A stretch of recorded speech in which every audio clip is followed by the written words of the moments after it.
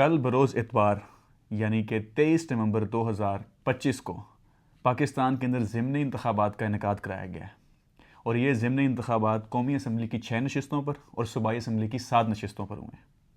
अब ये कौमी असम्बली की और सूबाई असम्बली की नशिस्तों के ऊपर जो ये इंतखाबात हुए हैं, ये क्यों हुए हैं? ये ज़िमनी इंतखाबात आखिर जो मेन जनरल इलेक्शन है उसके अलावा होते हैं, वो इसलिए हुए हैं कि 9 मई 2023 के जो केसेस थे, जो पाकिस्तान तहरीक इंसाफ के मेंबरान असम्बली पर थे, उनको नाअहल करार दिया गया। ज़्यादातर इंसदाद दहशतगर्दी अदालतों से फ़ैसले आए। उसके बाद ये सीटें खाली हुई, वेकेंट हुई सारी सीटें, और इसके ऊपर ज़िमनी इंतखाबात का इनेकाद हुआ। अब इन बाई इलेक्शंस के अंदर, इन बाई पोल्स के अंदर टर्न आउट बहुत कम रहा है। और अब तक की जो रिपोर्ट्स हैं उसके मुताबिक इन 13 सीट्स में से 12 सीट्स पाकिस्तान मुस्लिम लीग नून ने जीती हैं और 1 सीट पाकिस्तान पीपल्स पार्टी ने जीती है। कौमी असम्बली की सारी नशिस्तें जो हैं वो उनका सफाया किया है पाकिस्तान मुस्लिम लीग नून ने, और सूबाई असम्बली की एक नशिस्त जो मुजफ्फरगढ़ से थी अलमदार कुरैशी की, वो जीती है पाकिस्तान पीपल्स पार्टी ने। वहाँ पर मुस्लिम लीग नून ने अपना कैंडिडेट खड़ा नहीं किया था। इसके अलावा पाकिस्तान तहरीक इंसाफ, जिनके मेंबरान की वेकेंट खाली करदा सीटें थी, उनके सिर्फ और सिर्फ 2 कौमी असम्बली के ऊपर जो सीटें थी उनके ऊपर उनके लोग इलेक्शन लड़ रहे थे। एक उमर अयूब की अहलिया हरीपुर से लड़ रही थी उनकी खाली करदा सीट के ऊपर, उनकी नाअहली की सूरत में, और दूसरा मियाँ अजहर की इस जहान फ़ानी से जाने के बाद उनके जो ग्रैंडसन हैं चौधरी अरसलान, वो इलेक्शन लड़ रहे थे लाहौर की सीट से। बाकी जितनी भी सीट्स थी, चाहे वो सूबाई थी या चाहे वो कौमी थी, उसके ऊपर पाकिस्तान तहरीक इंसाफ के कारकुनान ने, पाकिस्तान तहरीक इंसाफ के लीडरान ने अपने लीडर इमरान खान के कहने के ऊपर बॉयकॉट किया इस इलेक्शन का। अब टर्न आउट तो बहुत कम रहा है, और ये हल्के मैं आपके सामने बता देता हूँ कौन कौन से हैं। हरीपुर का NA 18 है, फैसलाबाद का NA 96 है और NA 104 है, लाहौर का NA 129 है, साहिवाल का NA 143 है, और डीजी खान से NA 185 की कौमी असम्बली की नशिस्तें थी। इसी तरह सूबाई असम्बली में से 3 फैसलाबाद की थी, जबकि एक साहिवाल की, एक मुजफ्फरगढ़ की, एक मियांवाली और एक सरगोदा की थी। अब हम आ जाते हैं अपने इस तज्ज़े के ऊपर कि ये क्या रीज़न थी कि ज़िमनी इंतखाबात के अंदर लोगों का टर्न आउट कम रहा है। मैंने 4 पॉइंट्स इसके अंदर मेंशन किए हैं जो मेरे ख्याल के अंदर ज़िमनी इंतखाबात के अंदर लोगों की अदम दिलचस्पी की वजह बने हैं। सबसे पहला पॉइंट ये था कि लोगों का अब इंतखाबात से एतबार उठता जा रहा है, क्योंकि बतदरीज पाकिस्तान के अंदर जब भी जमहूरियत आई है, इवन जब डिक्टेटरशिप के अंदर हमारा टेन्योर ज़्यादा रहा है, इलेक्शंस कभी भी पाकिस्तान के अंदर फ्री एंड फेयर ट्रांसपेरेंट नहीं हुए। चाहे आपको इंटरनेशनल किसी जरीदे के अंदर रिपोर्ट्स देख लें या पाकिस्तान के अपने अंदर भी देख लें, कभी भी किसी भी मुस्तनद ज़राए के मुताबिक कभी पाकिस्तान के अंदर इलेक्शन 1970 से लेकर आज तक कभी भी फ्री एंड फेयर नहीं हुए, साफ और शफाफ इलेक्शन नहीं हुए। तो फिर 8 फरवरी का एक वाहिद ऐसा इलेक्शन था जिसके अंदर रिकॉर्ड किस्म की धांधली की गई, 2018 के अंदर भी की गई, उसको रिग किया गया, इलेक्शन को मैनेज किया गया, प्री पोल रिगिंग की गई उस दिन, उस वक्त 2018 के अंदर तहरीक इंसाफ की हुकूमत को लाने के लिए, और बाद में एक एलाइड कोलिशन बनाया गया। 2024 में तो लेकिन तमाम हदें अबूर कर ली गई। पाकिस्तान तहरीक इंसाफ का सिंबल छीना गया, उनके लीडरों को जेल में डाला गया, उनके वर्कर्स को जेल में डाला गया, कुछ उसी दौरान ही कुछ कत्ल भी हुए वर्कर्स। तो बहुत ज़्यादा इस तरह का सिलसिला था, जिस वजह से 8 फरवरी का इलेक्शन मुतनाज़ है आज तक पाकिस्तान की तारीख का सबसे ज़्यादा। लेकिन फिर भी पाकिस्तान तहरीक इंसाफ से वाबस्ता लोग जो आज़ाद थे, उनके पास इलेक्शन सिंबल नहीं था, क्योंकि काजी फाइज ने छीन लिया था उनसे इलेक्शन कमीशन के कहने पर। फिर भी उन्होंने 90+ कौमी असम्बली की सीट्स जीती थी।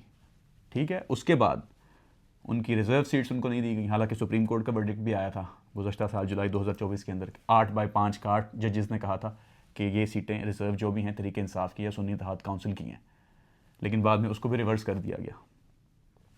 एक तो ये रीज़न थी कि लोगों का इंतखाबी सियासत के अंदर अब एतबार उठता जा रहा है। उनको पता है कि यहाँ पर बालादस्त तबके जो हैं वही फैसले लेते हैं, जितने भी यहाँ ताकतवर हल्के हैं फैसलों का इख्तियार सिर्फ और सिर्फ उनके पास है। जितने भी पॉलिटिशियंस हैं, चाहे उनका जिस भी जमात से ताल्लुक हो, वो सिर्फ और सिर्फ रबर स्टैम्प्स हैं, उनका कोई किरदार नहीं है। उनको बराए नाम रखा हुआ है, यहाँ सब कुछ इशारा एबरू पर चलता है पाकिस्तान की इस्टेब्लिशमेंट के ऊपर, और ये हकीकत तकरीबन पाकिस्तान के बच्चे को पता है, चाहे कोई बुजुर्ग है चाहे कोई छोटा है। तो एक तो रीज़न ये थी कि अदम दिलचस्पी की वजह ये है।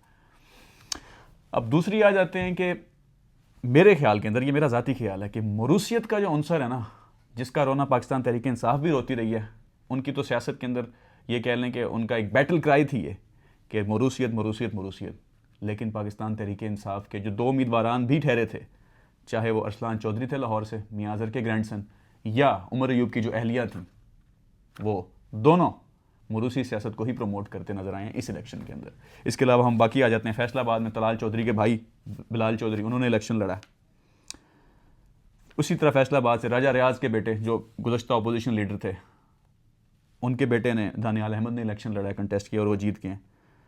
फिर फैसलाबाद से अहमद शहरियार हैं जो राना सनाउल्लाह पाकिस्तान मुस्लिम लीग नून के एक इंतहाई सरगर्म और इंतहाई अहम रहनुमा हैं। उनके ये सन इन लॉ ने इलेक्शन कंटेस्ट किया सूबाई सीट के ऊपर और वो भी जीत गए। इसी तरह डीजी खान से तो आपको पता है, खोसा और लिगारी बरादरान, उनकी तो पूरी तारीख है मौरूसी सियासत की। तो मेरे नज़दीक दूसरा अहम अंसर ये था कि मौरूसी सियासत से लोग तंग आ चुके हैं। एक तो पहले वो रीज़न कि इंतखाबात से एतबार उठता जा रहा है लोगों का, उनको लगता है कि हमारी राय की कोई इज़्ज़त नहीं है। हालांकि मुस्लिम लीग नून ने भी नारा लगाया कि वोट को इज़्ज़त दो, लेकिन हमारे यहाँ वोट की कितनी इज़्ज़त है ये आप और मैं सब जानते हैं। हम जितना मर्जी उसको तकद्दुस वोट की उसके ऊपर हम बात करें, जितना हम मर्जी कहें कि ये सैक्रोसैंक्ट है, वाहिद मौका आता है 5 साल के बाद या 2-2.5 साल जब भी इंतखाबात होते हैं कि एक आम आदमी जो है ना, he can stamp his own opinion on the ballot paper. लेकिन ऐसा नहीं होता पाकिस्तान में। यहाँ पर ना वोटर को इज़्ज़त दी जाती है, ना वोट को इज़्ज़त दी जाती है। और इवन अगर जो इलेक्ट होकर भी आता है, जो मेंबर ऑफ पार्लियामेंट होता है, चाहे वो कौमी असम्बली से हो या चाहे वो सूबाई असम्बली से, उसको भी इज़्ज़त नहीं दी जाती। ये हमने देखा है यहाँ पर पिछले साल सितंबर के अंदर मेंबर ऑफ पार्लियामेंट ही थे तहरीक इंसाफ के, जिनको यूँ उठाया था पाकिस्तान के जो ताकतवर हल्के से ताल्लुक़ रखने वाली एजेंसीज़ हैं, उन्होंने पार्लियामेंट हाउसेज से उठाए थे। और ये चीज़ें रिपोर्ट हुई हैं, ये मैं अपनी तरफ से नहीं बता रहा, ये हकीकत है। तो इस वजह से भी दो ये चीज़ें हैं। तीसरी हम आ जाते हैं, इस जो रीज़न है तीसरी, मेरे ख्याल में सबसे ज़्यादा इम्पॉर्टेंट है, वो ये है कि ये इलेक्शन जो है ये एक बिखरी हुई, शिकस्त खोरदा, मुकम्मल तौर पर टूटी हुई तहरीक इंसाफ और पाकिस्तान की इस्टेब्लिशमेंट और इलेक्शन कमीशन और कॉन्स्टिट्यूशनल कोर्ट्स, और फिर आते हैं इनके विलिंग पार्टनर्स पॉलिटिशियंस, जिसमें मुस्लिम लीग नून सबसे इंपॉर्टेंट है, उसके बाद आती है पीपल्स पार्टी। वो इसमें एक मुंतशिर तहरीक इंसाफ बमुकाबला ये सब अनासिर, इनके मबैन ये इलेक्शन था। 2024 का इलेक्शन मैं ये समझता हूँ कि वो इमरान खान और इस्टेब्लिशमेंट के बीच में था।